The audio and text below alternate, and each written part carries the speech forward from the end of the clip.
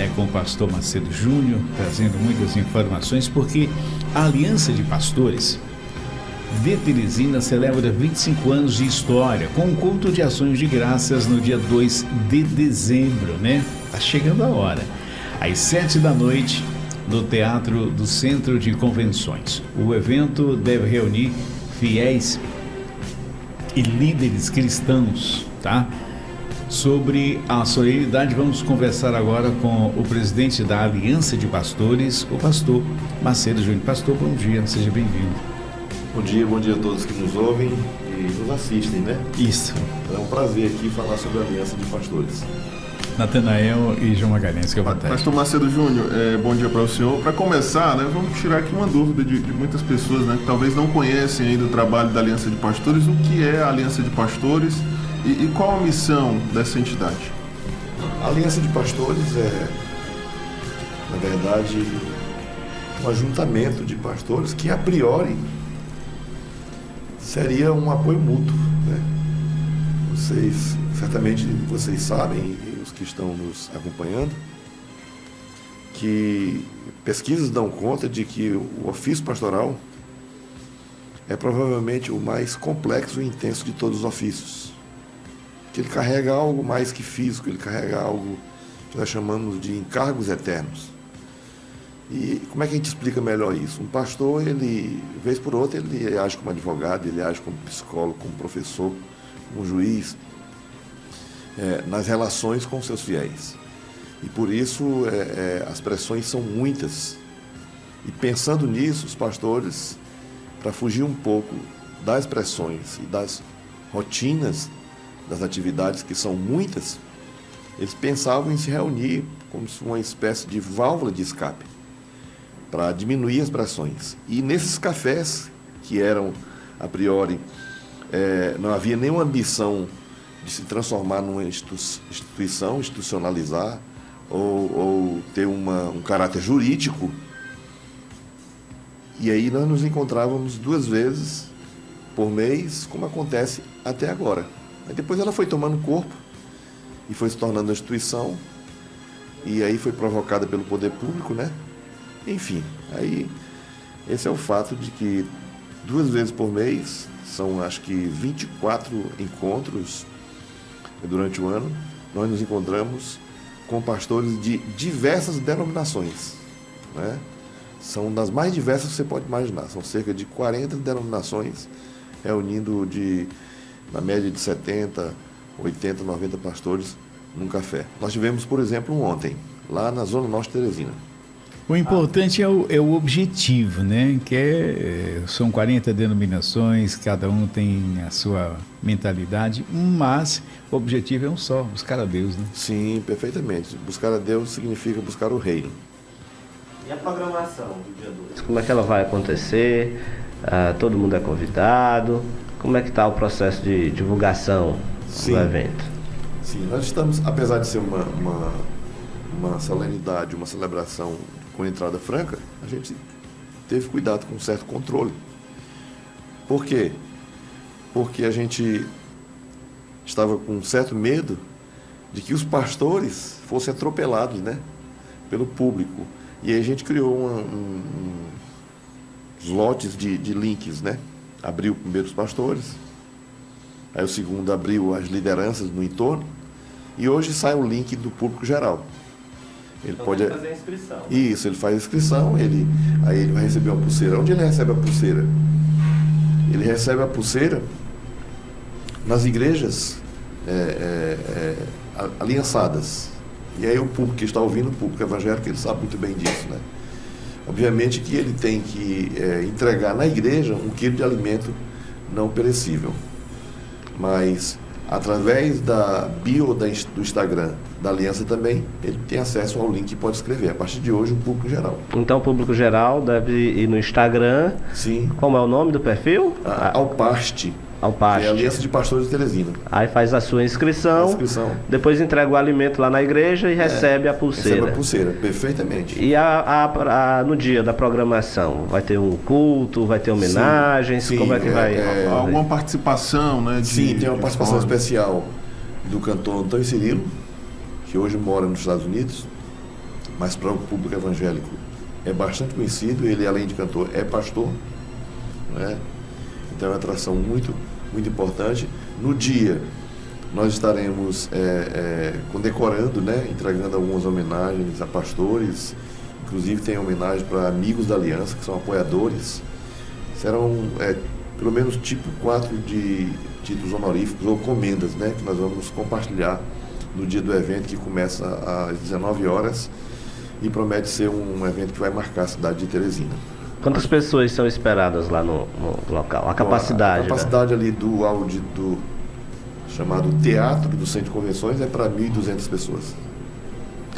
Pastor Macedo Júnior, falando sobre o segmento evangélico, né, que nos últimos anos as próprias pesquisas, o IBGE aponta o crescimento do número de evangélicos no Brasil. Essa tendência também se reflete aqui no estado do Piauí. Como é que o senhor tem observado, enquanto uma liderança experiente, né, um pastor que já tem uma trajetória, o número de evangélicos tem crescido e os evangélicos têm participado mais ativamente das discussões sociais, das próprias questões que são não apenas relacionadas à fé, né, mas também da própria vida social?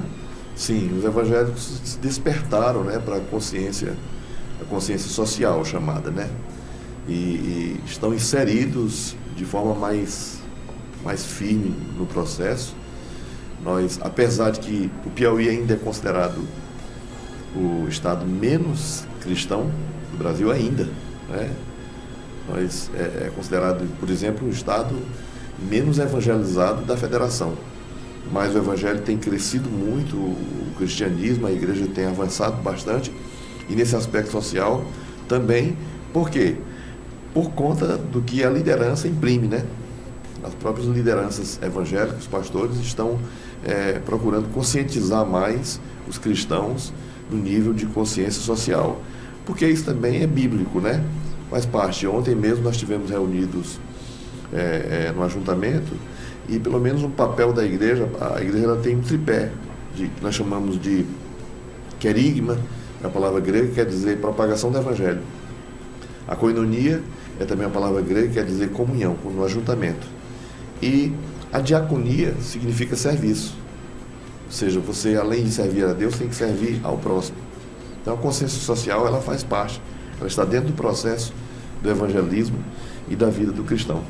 A Aliança hoje mantém algum diálogo com representantes do poder público? A gente sabe que as igrejas, historicamente, elas têm um trabalho social muito grande, muitas vezes chegando até em áreas que o próprio poder público tem dificuldade de chegar, né? Muitas vezes você chega na periferia, às vezes não tem nenhum órgão do poder público, mas tem uma igreja lá que normalmente consegue fazer, de certa forma, um trabalho social.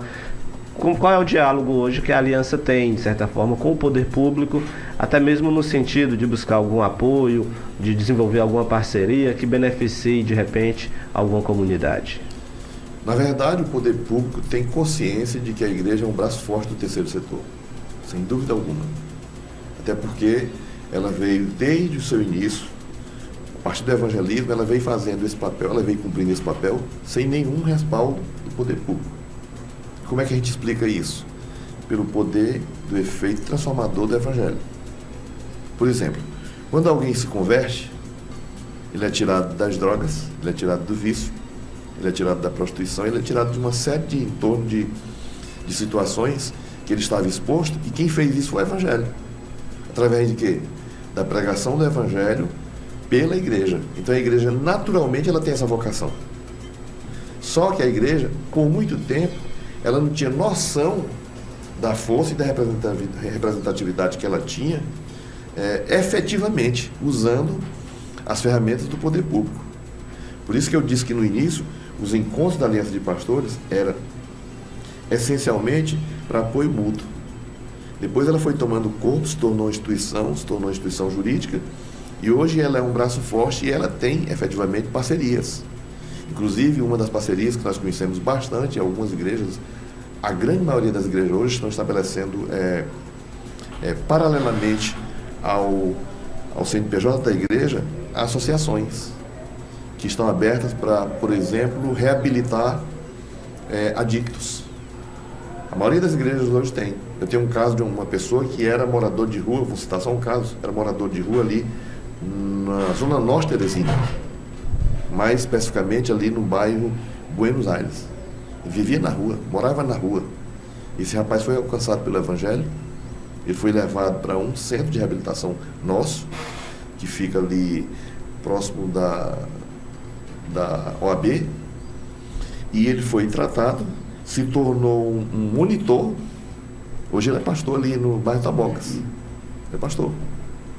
Isso começou primeiro pelo Evangelho, depois a inserção no tratamento.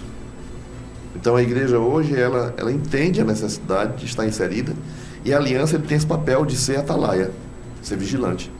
Nós não estamos mais naquela fase do início, de nos juntarmos só para apoio mútuo, mas nós sentimos que podemos fazer para além das fronteiras denominacionais e estruturais eclesiásticas, que é a igreja. Nós nos sentimos provocados quando se fala sobre política, quando se fala sobre economia, quando se fala sobre saúde, quando se fala sobre educação. Nós sentimos que nós somos pastores, não somente de nossas denominações ou da nossa estrutura denominacional. Nós somos pastores, é a frase que nós imprimimos no nosso meio, nós somos pastores da cidade de Teresina. Portanto, qualquer tema que se levantar, que a gente percebe que é ameaça para a vida, nós nos sentimos desafiados a participar. E... Fica à vontade. Não, só dentro do tema, né? Hoje, digamos, a maioria, né? Quantos por cento das pessoas que são resgatadas nas ruas, elas acabam virando monitoras? É um desejo que surge no decorrer do processo da libertação delas, de ajudar as outras pessoas? Sim, porque o que é que acontece? Quem mais tem autoridade sobre determinada demanda ou tema? Uhum. Quem já viveu aquilo na pele. Exatamente. Pessoas curadas curam outras pessoas. Não é? São os testemunhos chamados. Perfeitamente. Ele está ali como instrumento. É uma pessoa que tem na própria carne, na própria vida, a marca daquilo que ela sofreu. Então ela passa a ser uma autoridade sobre aquilo. Isso. Não é? Então a maioria das pessoas que coordenam os centros de reabilitação e trabalham lá dentro são pessoas que viveram aquilo. Né? Então elas são, na verdade, o depoimento personificado. É autoridade no assunto, né? Verdade. João Magalhães. A aliança chega aos 25 anos e daqui para frente, quais são os principais desafios que o senhor consegue visualizar para o fortalecimento, não só da aliança, mas de certa forma em todas as igrejas evangélicas? Nós continuamos buscando cumprir a nossa missão. Nosso maior desafio é cumprir a nossa missão, que está lá na essência.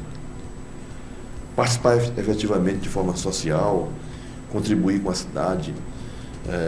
A gente até se posiciona politicamente hoje.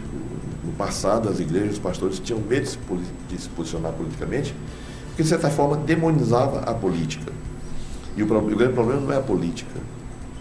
O problema é quem faz a política. Então a política, ela faz parte de nós. Nós somos políticos dentro de casa. A partir do momento que nós fazemos escolhas, nós estamos sendo políticos. Quando nós tratamos com 2 filhos, né? A gente, de certa forma, ali tem que ser diplomata. Nós estamos agindo politicamente. Então a política está dentro de nós. Agora, como estamos fazendo a política? Então é isso que nós estamos pensando. A igreja pensa em também contribuir para uma boa política. Mas, voltando à sua pergunta, a nossa essência, a nossa principal missão é o Evangelho. Então ele vai continuar sempre sendo a nossa principal bandeira, o nosso principal desafio enquanto voz. Nós chamamos de que nós somos voz profética sobre a cidade. Então, por exemplo, vou trazer um tema aqui que é polêmico. Não é? Nós somos pró-vida, em todo aspecto. Nós somos pró-vida, não abrimos mão disso. Então nós somos ferrenhamente contra o aborto. Nós sabemos isso, nós temos isso na essência, trazemos isso no nosso arcabouço doutrinário, e nós levantamos essa bandeira e defendemos, porque nós entendemos que só uma pessoa tem direito de dar e tirar a vida. É o próprio Deus. Então isso está na nossa essência. Nós não podemos perder esse rumo. Então continua sendo o nosso maior desafio enquanto fiel, enquanto igreja, enquanto líderes e pastores, permitir que a igreja continue cumprindo sua missão, que é ser voz profética sobre a cidade, pregar o evangelho e através dele ver a transformação que o evangelho promove, transformação física no corpo, o evangelho promove transformação emocional, social e espiritual. Então esse é o ponto principal, a espiritual. Porque para nós cristãos, essa vida não encerra aqui. A vida está para além da morte. Então o espiritual é melhor, né? Ganhar a vida eterna em Cristo Jesus. Agora, pastor, sobre esses temas polêmicos, né? Há sempre uma polêmica que... E são temas que geram certa rejeição, naturalmente, em alguns segmentos, principalmente quando as chamadas pautas dos costumes, né, são muito defendidas pelos evangélicos e tal. Como, então, lidar, equilibrar, né, essa defesa dessas pautas que são caras aos evangélicos, mas equilibrar isso com a necessidade de levar a mensagem também, de pregar, né? É um desafio nesse contexto, principalmente de redes sociais, em que as pessoas estão cada vez polarizadas em diversas questões, ou você é isso ou não é. Qual o desafio nesse contexto todo? Sim, o desafio ele parte do princípio de que a gente olha para a pessoa como ser humano. Se ele faz uma escolha por determinada... vamos supor, aí eu vou te levar para outro tema. Se ele escolhe que ele é isso ou que ele é aquilo, eu sou homem, eu sou mulher, um pastor tem que olhar para ele como ser humano. Uma coisa é eu condenar a prática, uma coisa é eu condenar o ser. E a Bíblia não me ensina a condenar o ser. A Bíblia me dá fundamentos para eu condenar a prática, mas não condenar o ser. Porque até que chegue o fim da sua vida, ainda há uma esperança. Então Deus pode transformar. E eu concordo perfeitamente que há necessidade de ter equilíbrio. Nós pastores não podemos ser violentos, não podemos ser agressivos, né? Nós temos que ter a essência de Deus, né? Qual é a essência de Deus? É o amor. Então nós somos ensinados, existem cerca de pelo menos 36 mutualidades só no Novo Testamento. Quais são as mutualidades? Carregai as cargas dos outros, orai uns pelos outros, perdoai-vos uns aos outros, e a suprema, né? Suportai-vos uns aos outros. Olha aqui, ó. Você está me vendo? Esse microfone aqui está sendo suportado por alguém. Vez por outra nós precisamos ser suporte de alguém. Isso é suportar uns aos outros. E aquela que é a principal, amai-vos uns aos outros. Se nós que pregamos o Evangelho não temos capacidade de gerar equilíbrio, através do fundamento que é o amor, para olhar para alguém, independente das escolhas que ele faz, e não conseguir entender que Deus é capaz de habitar no coração dele, transformando a vida dele, então nosso papel é em vão. Então, diante de todas as coisas, eu vou citar aqui uma frase de Santo Agostinho. Ele disse: no essencial a unidade, no não essencial a flexibilidade, mas em tudo o amor. Muito bem. Só ainda um pouco sobre esse tema que o Natan puxou, a questão da polarização não tem como a gente fugir. Afinal de contas, a gente vive numa sociedade, como mesmo o senhor pontuou, formada por diferentes segmentos. E num passado muito recente, muitas vezes, não sei se o senhor vai concordar comigo, o próprio segmento evangélico foi muito, de certa forma, visto como radical, né, em determinados aspectos, principalmente defendendo algumas pautas que o senhor até já comentou. Hoje o senhor observa uma capacidade maior de diálogo dos líderes religiosos com, de repente, representantes de outros segmentos da sociedade. Hoje a gente tem, por exemplo, no próprio parlamento, Natan, a questão das bancadas, né? Tem uma bancada evangélica, mas também tem uma bancada que defende outros segmentos, de minorias, muitas vezes raciais, enfim. Hoje o senhor observa uma capacidade maior de dialogar, né, dos representantes do segmento evangélico com outros segmentos da sociedade? Sim, tivemos um avanço muito grande, porque esse radicalismo, ele partia, havia radicalismo até interno, pra você ter ideia, né? No passado não muito distante, um pastor se qualificar teologicamente não era bem visto. Você vê como havia radicalismo interno, né?